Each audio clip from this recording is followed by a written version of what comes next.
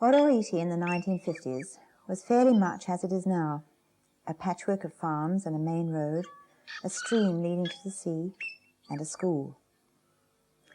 It was here that Elwyn Richardson came in 1949 and discovered in himself an extraordinary teacher.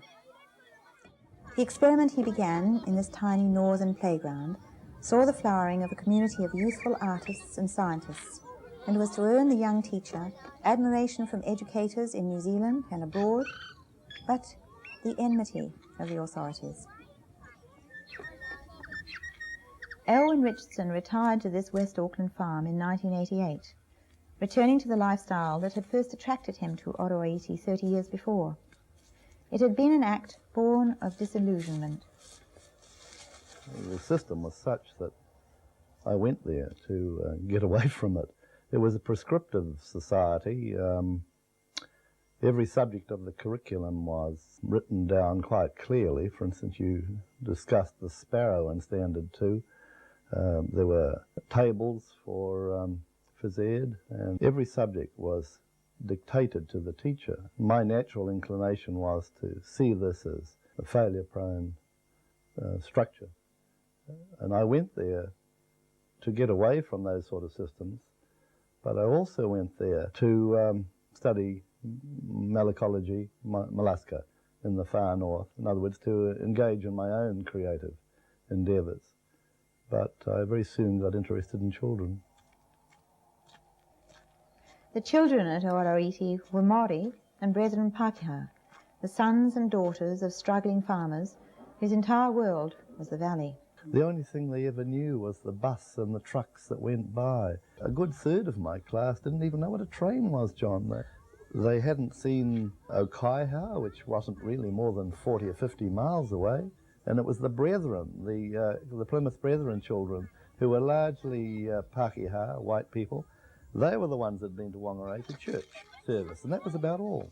The Maori children, on the other hand, tended to live in a very insular sort of a way. They lived at their beach, they lived at their cottage or their house, wherever it was, and they lived towards the sea, as I felt. And the adventure of their life was to go into Monganui, which was 7 or 8 miles away.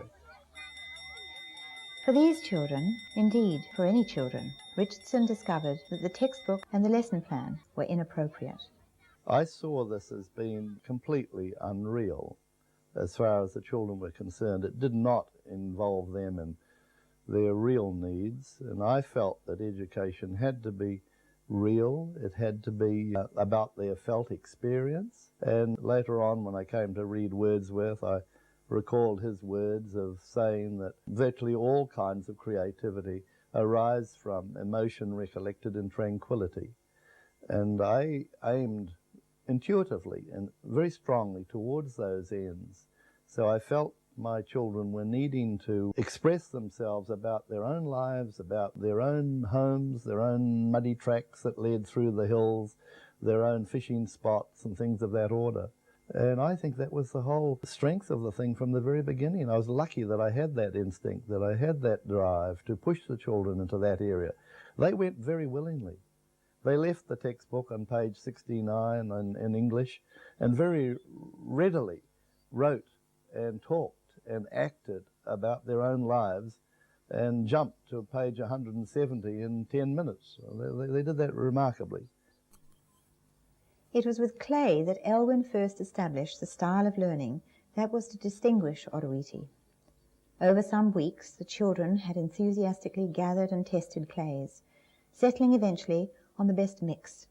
Elwyn, a potter himself, offered advice, and each child's discovery about the material or a technique was shared, adopted, and modified. A creative pattern was established, and a community of learning. The boys were busy making bulls, and they made lots of bulls. I remember going to school one day and no one was there. They were all down the paddock looking at a new big bull that somebody had brought in. And for some months they made scores and scores of bulls. A new kind of talk emerged with the clay work, an active discussion of values, as children discovered they could express opinions about form and decoration. There was, too, a new style of discipline, responsibility to materials and people, growing from the group rather than being imposed from above. I love the delight of the accuracy of this lass's brushstrokes. It shows great dexterity, great quality. And this is a lovely one, a head made by Sonny, who again was a very gifted potter. I love the economy of the way in which he collects up the clay. It shows you a little bit about the essence of craft and the discipline of it. They put smudge fires in these lovely pots, and smoke would come out the eyes and the ears, and they'd dance around them with glee.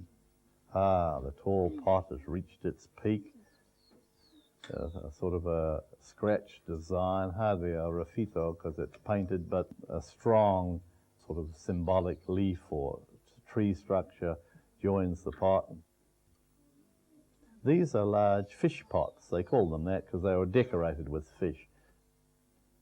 I still own one of those. They gave it to me as a farewell gift, I remember. A kiln was built using bricks brought by the children. We used waste oil.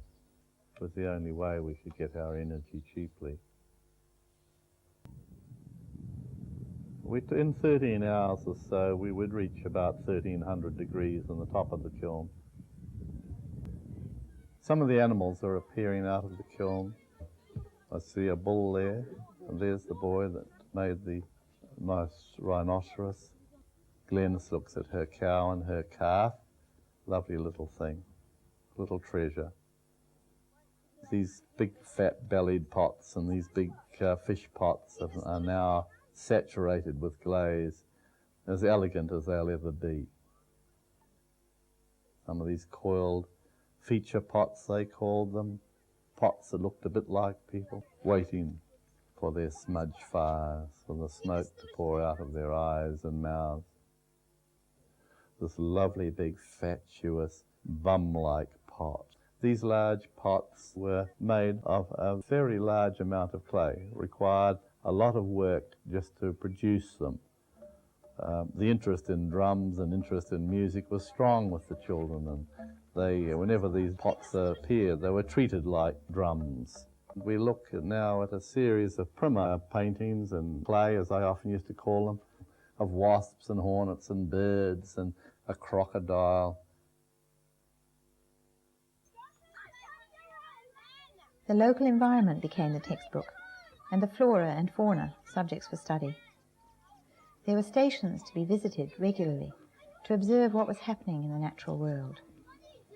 The aspen and the gum tree, the native bush and the river. This was one investigation of some stones that we had marked, and we used to look at these stones, and there we see the jelly-like eggs of a snail that lived in the river, Melanopsis. They were very fortunate to have the richness of this river about them, and they used it for swimming, as you see. And I used to swim with them once until I saw the length and the size of the eels that floated by. But they never bit anyone. The tide came up and lapped the willow's feet. The stream was clear, the bottom stony. Once a year we had a fishing day when we lived around by the river, and we attempted to catch eels, most of which were taken home by the Maori children and eaten. But our object was to see whether spring had arrived and who would catch the first sea fish, who would catch the first sprat, sometimes a kahawai, sometimes even a small snapper would come right up the river many, many miles from the sea. The children studied, drew, wrote and based drama and artwork on the things they found round the school.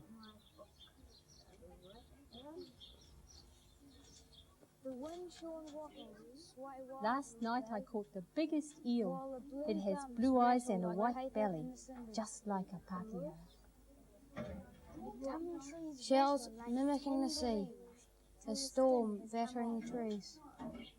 Shell shapes curled round and round like leaves. Lying scattered about by dead winds are the chishing noises of dry gum leaves. I heard the crabs tapping on the rocks. Tapping. Birds fly fast, turning their beaks to the morning star. These creative outpourings were the products of a very different style of teaching. The education was one of the total society, it was one of the total community. The events of life in that society were what the children learned about. We felt that we had to learn about things which were outside our society as well. Sometimes these themes or the ideas came to us from people that lived within our society. On other occasions they came from children's needs and desires to learn about other places and other times. The important thing about the whole business was it was always felt, it was always real, it was always about how you responded to all of those kinds of things that were being fed into your learning. My responsibilities were to make sure that it was done with precision and with exactitude, and that there was a real quality of learning. It wasn't only, as Dewey calls it, the song of a bird. The song of the bird was related to the quality of the song of the bird. Elwyn never withdrew from his role as teacher. Every morning he gathered the children together to discuss the day's program. There were those he needed to work with, and those who, for a morning or a day, would work independently on a dance or drama performance or a project in the fields. There was always some kind of mathematical activity going on, and everyone wrote every day, feeding material into the school newspaper. There were days when I would go home absolutely, utterly exhilarated, and yet there were days which were wretched. There were days of moodiness and days when which were not productive. Then there were days when wonderful things were said. I remember a child talking about the telephone, singing like Pakihas in church, little Maori boy. A wonderful saying, absolutely glorious. And I would say, well, this has never ever happened before. There's never been this quality of metaphor before. And then another day would come when the child would say, the wet backs of cows roaming in the Raupo swamp. What a marvellous image! What a glorious image! These things were for me the food of existence. They portrayed for me the whole worth of what a creative experience is about. Because while I think that I wasn't teaching individuals to be poets, I was teaching people to be people and to feel a richness in themselves and a belief in themselves. And I found that what I was doing was really teaching people to learn about themselves. And that, I think, is all that education is all about. This was not, however, the view of the education establishment. The inspectorate made life very, very difficult for me. I got severe criticism. I was threatened by the local inspector that if I didn't do as I was told, I could be suspended.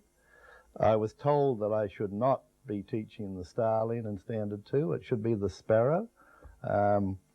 After all, he said the sparrow eats the snail, which is also part of the curriculum in Standard 2, but you're not even studying the snail. You're studying the native snail, pupurangi and pupu harakiki, and you shouldn't be doing that. These people always made criticisms of me. They would take out their little brown books and write in their books all the sorts of things that I was doing, all those things that I had done, all those things that I'd left undone, and there was no help in us. Richardson eventually found allies within the department. People who recognized the importance of the Oroiti experience persuaded the Director General to intervene and sanction this deviation from accepted practice. For 12 years the experiment flourished, and when he left, Elwyn took with him the knowledge of what was possible. His writings, In the Early World, became a source book for creative education. From this printing shop in the Henderson Valley, Elwyn still produces a steady stream of ideas about what our schools should be doing. He reminds us that learning is most effective when it is made personal and emotional.